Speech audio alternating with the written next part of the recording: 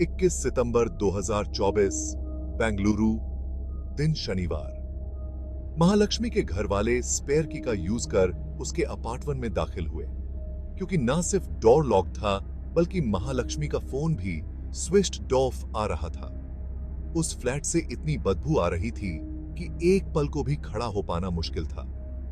Since ये एक one बीच के फ्लैट था, इसलिए मेडोर सीधा उसी एक रूम में ही खुलता था। डब ई किसिया, जो इस बदबू की वजह हो। रूम भी छोटा सा था और वहां कोई बेड नहीं, बल्कि जमीन पर एक चटाई और बेडशीट और चादर पड़ी हुई थी, जिसके बगल में एक काले रंग का बड़ा सा सूटकेस रखा हुआ था।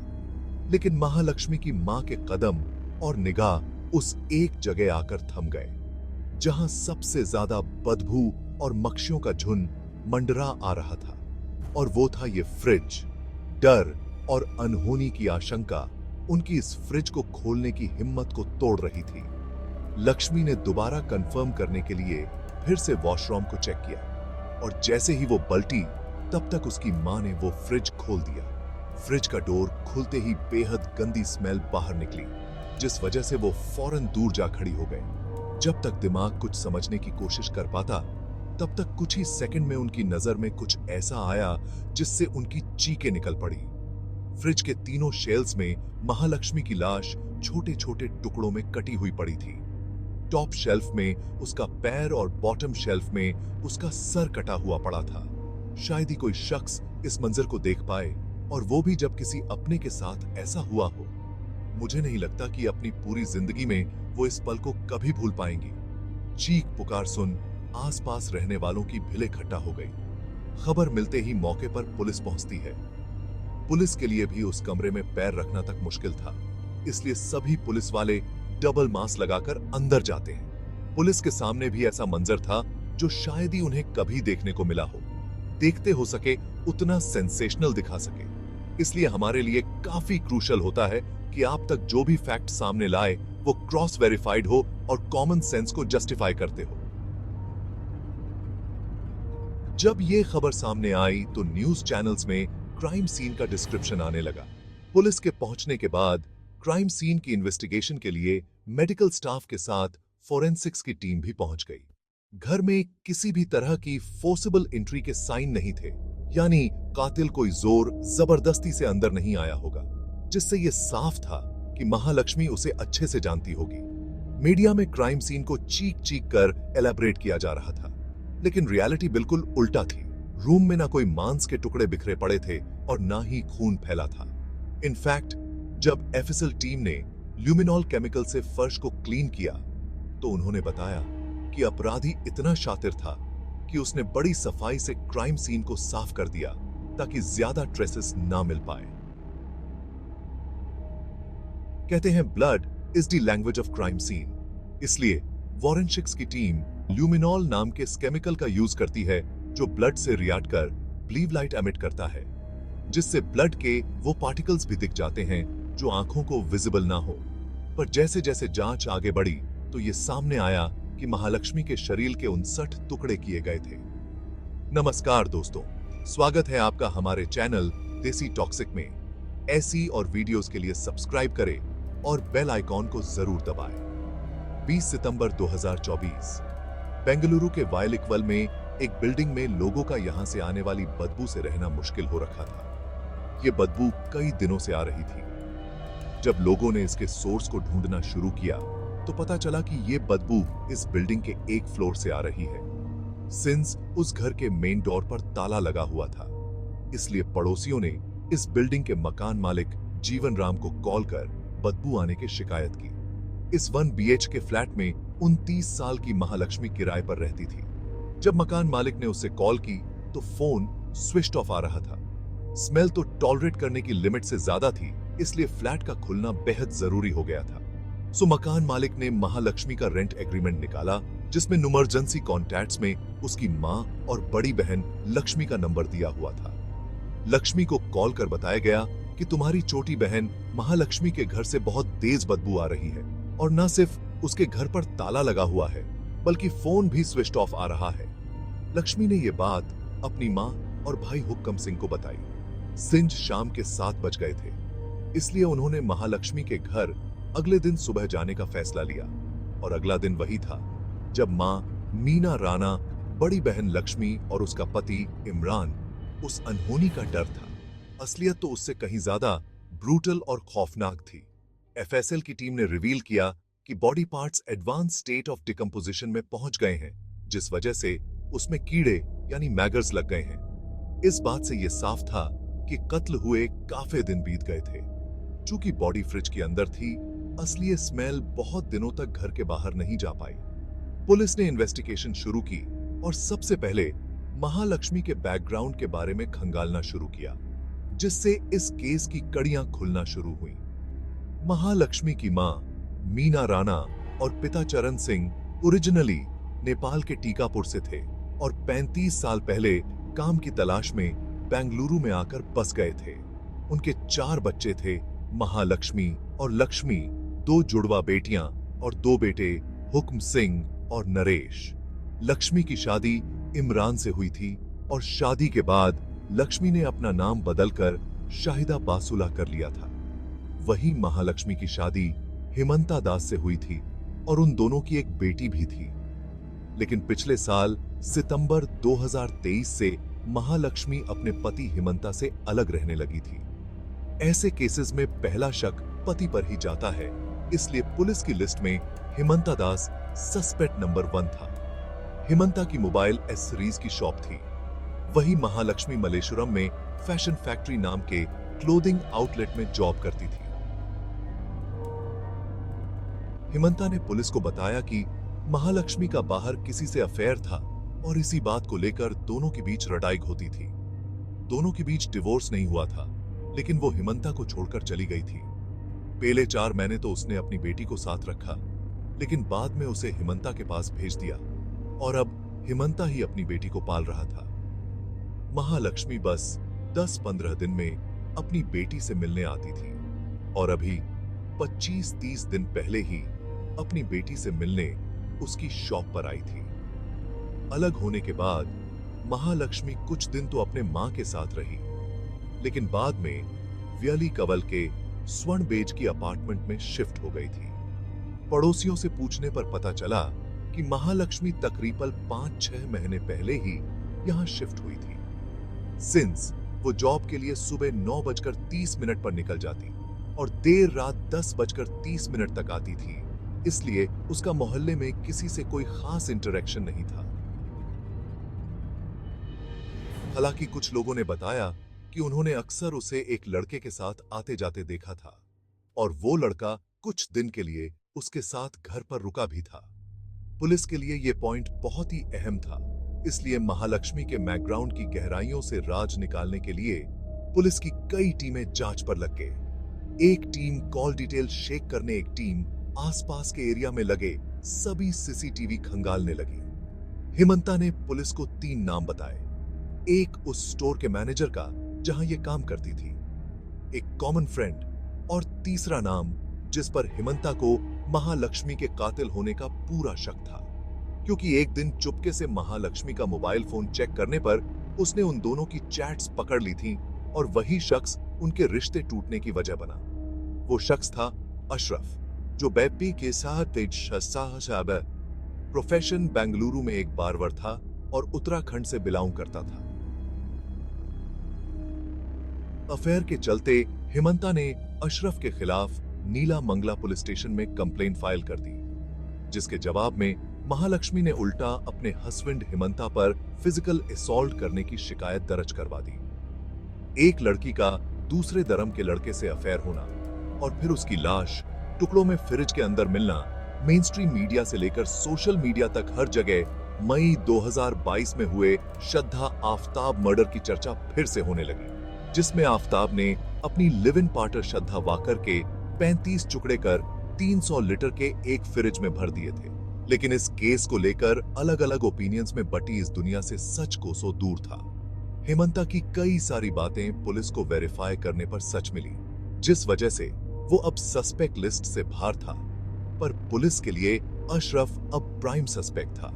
सिंस कुछ साबित होने से पहले ही अशरफ का मीडिया ट्रायल शुरू हो गया था। इसलिए पुलिस मीडिया से बचते हुए अशरफ को पुलिस स्टेशन लाकर इंटरोगेट करती है। अशरफ ने एक्सेप्ट किया कि उसका महालक्ष्मी से अफेयर था, लेकिन हेमंता से झगड़े और पुलिस केस के बाद से उसने महीनों पहले ही महालक्ष्मी से दूरी बना ली थी। अशरफ के बयान की सच्चाई पुलिस को लोकेशन ट्रेसिंग और कॉल रिकॉर्ड से वेरीफाई भी हो गई, जिसके बाद यह खबर सामने आ गई कि अशरफ को इस मामले में क्लीन चिट मिल गई है और उसका इस कत्ल में कोई हाथ नहीं है। अब पुलिस के सामने 2 और सस्पेक्ट थे, जिनसे पूछताछ के लिए एक टीम मलेश्वरम के उसी क्लोथिंग स्टोर में पहुंची जहां महालक्ष्मी जॉब करती थी। लेकिन कॉल डिटेल्स और इन्वेस्टिगेशन में मिली नई लीड से इन दोनों को भी सस्पेक्ट लिस्ट से हटा दिया गया और पुलिस के सामने एक नया नाम आया,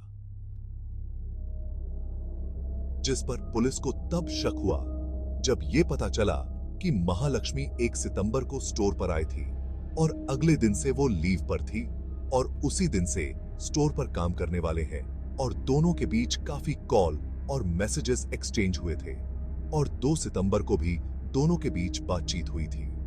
जब उस शख्स को कॉल किया गया तो फोन स्विच्ड ऑफ आ रहा था, इसलिए पुलिस ने उस आदमी के कॉल रिकॉर्ड्स में लास्ट डायल नंबर से कांटेक्ट किया जो बेंगलुरु में रह रहे स्मृति रंजन को लगा। पुलिस के हाथ धीरे धीरे गुनहगार की तरफ बढ़ा रहे थे, लेकिन उनको डर था कि अगर इन्वेस्टिगेशन से जुड़ी कोई भी खबर बाहर आई तो ये उनकी जांच अफेक्ट कर सकती है। इसलिए पुलिस ने मीडिया से इन्वेस्टिगेशन रिलेटेड डिटेल्स भिड़न रखी। मुक्ति रंजन के 2 भाइयों और उसके मां के दिए गए बयान से पुलिस के सामने इस केस की तस्वीर साफ हो गई। क्या है पूरा केस, ये समझने के लिए चलते हैं। आज से लगभग 6 महीने पहले जब मुक्ति रंजन उसी क्लोथिंग स्टोर में काम करने आया जहां उसकी मुलाकात महालक्ष्मी से हुई थी। मुक्ति और महालक्ष्मी के बीच शुरू हुई दोस्ती धीरे धीरे प्यार में बदल गई। दोनों साथ में न सिर्फ काम कर रहे थे बल्कि छुट्टियों में भी साथ में वक्त बिताते थे। मुक्ति उसके लिए महंगे महंगे तोहफे भी लाता। मुक्ति को महालक्ष्मी के पास्ट के बारे में लगभग सब कुछ पता था और उसे इस बात से कोई शिकायत नहीं थी। लेकिन कुछ वक्त बाद मुक्ति को महालक्ष्मी का बदला हुआ रवैया नागवार गुजरने लगा। उसने नोटिस किया कि ना जाने क्यों महालक्ष्मी उससे दूरी बना रही है। मिलना जुलना तो कम कर ही दिया है, साथ ही वर्क आवर्स में भी किसी से घंटों फोन पर बात करती रहती है। महालक्ष्मी के इस बदलते बिहेवियर को देखते हुए मुक्ति को अफेयर का शक हुआ। जिस जगह पर कुछ वक्त पहले ही हेमंता दास खड़ा था, आज वहां पर मुक्ति था। महालक्ष्मी शॉर्ट टेम्पर्ड थी और इससे कन्फ्रंटेशन पर भरसक जाती थी। इसी वजह से उसके और मुक्ति के बीच झगड़े शुरू हो गए। महालक्ष्मी एग्रेसिव में हाथ उठाने में भी पीछे नहीं रहती और ना ही वक्त का लिहाज करती और ना ही जगह का। वो झगड़े में मुक्ति पर हाथ उठा देती, लेकिन कुछ समय बाद दोनों में सुलह भी हो जाती। मुक्ति इमोशनली एक डीपर लेवल पर महालक्ष्मी से जुड़ा हुआ था। अब ऐसे सिनारियो में अक्सर ऐसा होता है कि भले ही रिलेशनशिप टॉक्सिक हो जाए, लेकिन हाल ऐसा हो जाता है कि ना तो साथ रहा जाता है और ना ही छोड़ा जाता है। 1 सितंबर को वो आखिरी दिन था जब वो दोनों जॉब पर गए थे। उसके अगले दिन यानी 2 सितंबर को मुक्ति ने महालक्ष्मी को कॉल कर कहा कि वो उससे मिलने आ रहा है, जिस पर महालक्ष्मी ने मिलने से मना कर दिया। जब मुक्ति ने जबरदस्ती आने की बात कही तो महालक्ष्मी ने उसकी पुलिस में कंप्लेंट कर दी। अशोकनगर पुलिस स्टेशन के पुलिस वालों ने मुक्ति को पकड़कर न सिर्फ पीटा बल्कि छोड़ने के नाम पर उसकी जेब में पड़े पूरे 10,850 रुपये ले लिए। पिटाई और पैसे लुट जाने का गुस्सा मुक्ति के अंदर था, लेकिन फिर भी वो महालक्ष्मी से बात कर मामला सुलझाना चाहता था। इसलिए उसने दोबारा महालक्ष्मी को कॉल कर मिलने की रिक्वेस्ट की और इस बार महालक्ष्मी ने उसे घर आने की इजाजत दे दी।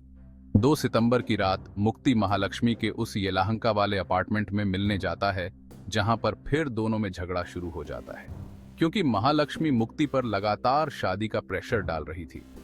वो एक तरफ मुक्ति से शादी करना चाहती थी क्योंकि उससे उसको फाइनेंशियली बहुत सपोर्ट मिल रहा था, वहीं दूसरी तरफ उसको पसंद नहीं था कि मुक्ति उसकी किसी भी कमी पर सवाल उठाए। लेकिन मुक्ति अब इस रिश्ते से तंग आ चुका था।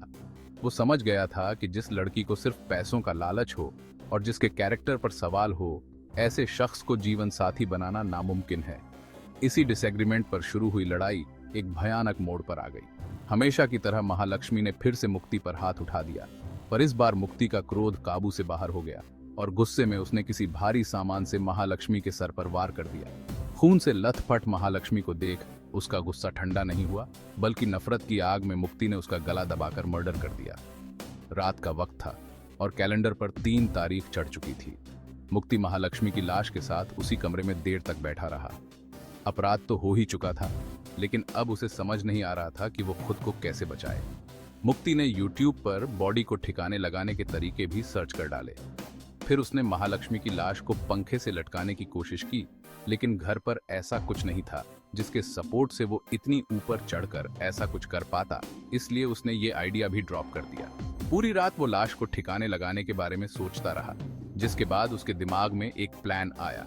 वो उस फ्लैट से सुबह 11 बजे निकलकर पास की एक शॉप में धारदार चाकू खरीदने गया। पुलिस जब मर्डर वेपन को खोज रही थी तो उन्हें महालक्ष्मी के घर के पास एक बर्तन की दुकान में लगे सीसीटीवी में मुक्ति रंजन चाकू खरीदते नजर आया था। उसी चाकू से मुक्ति ने लाश के छोटे छोटे टुकड़े करने शुरू किए। पहले उसका प्लान इन टुकड़ों को सूटकेस में भरकर ठिकाने लगाने का था, और ये सूटकेस आपको इस क्लिप में भी नजर आया होगा। लेकिन जिस जगह पर यह अपार्टमेंट था वो एक भीड़ भाड़ वाला इलाका था, जहां देर रात तक भी लोग अपने घरों के बाहर रहते थे, इसलिए ऐसे में उसको अपनी पकड़े जाने का डर था। तभी मुक्ति की नजर घर पर रखे इस 165 लीटर के फ्रिज पर गई। उसने लाश के टुकड़े कर इसी फ्रिज में ये सोचकर भर दिए कि कई हफ्तों तक इसमें से बदबू नहीं आएगी और वो कुछ दिनों बाद धीरे धीरे कर सब कुछ ठिकाने लगा देगा। यही सोचकर उसने सारे टुकड़े फ्रिज में भरे और पूरे घर को अच्छे से साफ किया ताकि कोई निशान न रह जाए, और फिर देर रात बाहर से ताला लगाकर निकल गया। मुक्ति कोई पेशेवर अपराधी नहीं था, ऐसे में उसे महालक्ष्मी के मर्डर करने का गिल्ट दीमक की तरह खाने लगा। वो समझ गया था कि गुस्से में उससे ऐसी गलती हुई है जिसकी कोई भरपाई नहीं है। साथ ही उसे अपने परिवार की भी फिक्र थी, क्योंकि वो न अपने भाई स्मृति रंजन को कॉल करता है और उसे घर खाली कर शहर छोड़ने को कहता है।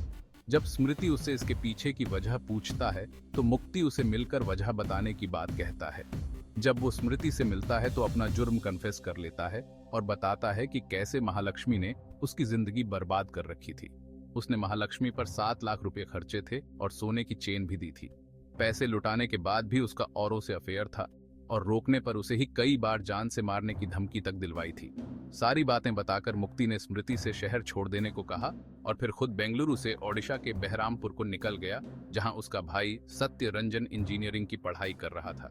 मुक्ति कुछ दिन उसके हॉस्टल में रुकता है और फिर वहां से निकलकर कहीं और चला जाता है। मुक्ति कहीं न कहीं बहुत बड़ी कश्मकश से जूझ रहा था, इसलिए वो वापस फिर से अपने भाई सत्य के हॉस्टल में आता है। सत्य को कुछ एहसास होता है कि उसका बड़ा भाई किसी परेशानी में है, इसलिए जब वो पूछता है तो मुक्ति खुद को रोक नहीं पाता और सत्य को भी सारी सच्चाई बता देता है। 27 सितंबर को यह केस नजर में आ गया था और अक्सर अपराधी क्राइम करने के बाद उस जगह का अपडेट भी किसी न किसी तरह से लेते रहते हैं, इसलिए मुक्ति को खबर लग गई कि मामला खुल गया है और एक न एक दिन पुलिस उस तक पहुंच जाएगी। इसलिए वो बहरामपुर से निकलकर 24 सितंबर की रात 10 बजे भद्रक में अपने माता पिता के पास पहुंचता है। रात का खाना खाने के बाद मां को एहसास हुआ कि मुक्ति किसी बात से बहुत परेशान है। जब उन्होंने उससे बात की तो मुक्ति ने मां को भी सब कुछ बता दिया, बस उसने कत्ल करने के तरीके की बात छुपाई थी। 25 सितंबर सुबह 4 बजे मुक्ति अपने फादर की स्कूटी लेकर घर से निकल जाता है। मुक्ति के घर से कुछ दूर वहां से गुजर रहे लोगों को कब्रिस्तान में एक पेड़ से लटकी लाश मिलती है। मौके पर पहुंची ओडिशा पुलिस को उस लाश के पास खड़ी एक स्कूटी और जमीन पर एक बैग मिलता है, जिसमें लैपटॉप, कुछ कपड़े, मोबाइल फोन और एक डायरी थी। पहचान करने पर यह शख्स कोई और नहीं बल्कि मुक्ति रंजन था, जिसने मौत को गले लगा लिया था। ओडिशा पुलिस के जरिए मुक्ति के घर वालों और घर वालों से बेंगलुरु पुलिस को इसकी सूचना मिली, जो कुछ दिनों से उसी की तलाश कर रही थी। बेंगलुरु पुलिस को उस डायरी के 2 पन्नों में लिखा एक नोट मिलता है, जिसमें मुक्ति ने टूटी फूटी इंग्लिश में अपना जुर्म कबूला था और साथ ही महालक्ष्मी की बदतमीजी और पुलिस की रिश्वतखोरी का भी जिक्र किया था। इस नोट के एंड में 13 सितंबर 2024 की तारीख लिखी थी, जिससे ये साफ था कि मुक्ति ने ये नोट 13 तारीख या उससे पहले लिखा था। यानी कहीं ना कहीं उसे एहसास था कि एक ना एक दिन पुलिस वालों की गिरफ्त में वो आ जाएगा, और वो ऐसा बिल्कुल भी नहीं चाहता था। बेंगलुरु पुलिस हर तरह से मुक्ति तक पहुंचने का अटेम्प्ट कर रही थी, लेकिन उनके पहुंचने से पहले ही मुक्ति इस दुनिया को छोड़कर जा चुका था।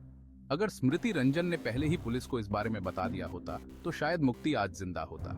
लेकिन पूरा दोष स्मृति का भी नहीं है, क्योंकि कोई भी शख्स ऐसी सिचुएशन के लिए तैयार नहीं होता और ऐसे धर्म संकट में अक्सर लोग अपनों का ही साथ देते हैं और ऐसे में उन्हें कोई नियम, कायदे, कानून नहीं नजर आते। ये केस दिखाता है कि महालक्ष्मी के लालच और धोखे की फितरत ने ना सिर्फ उसकी जान ले ली बल्कि कई परिवार बर्बाद कर दिए। तो ये था आज का केस। मिलते हैं फिर अगले वीडियो में दोस्तों। बहुत बहुत धन्यवाद। अगर आपको यह वीडियो पसंद आई है तो इसको लाइक और सब्सक्राइब करें हमारे चैनल देसी टॉक्सिक को।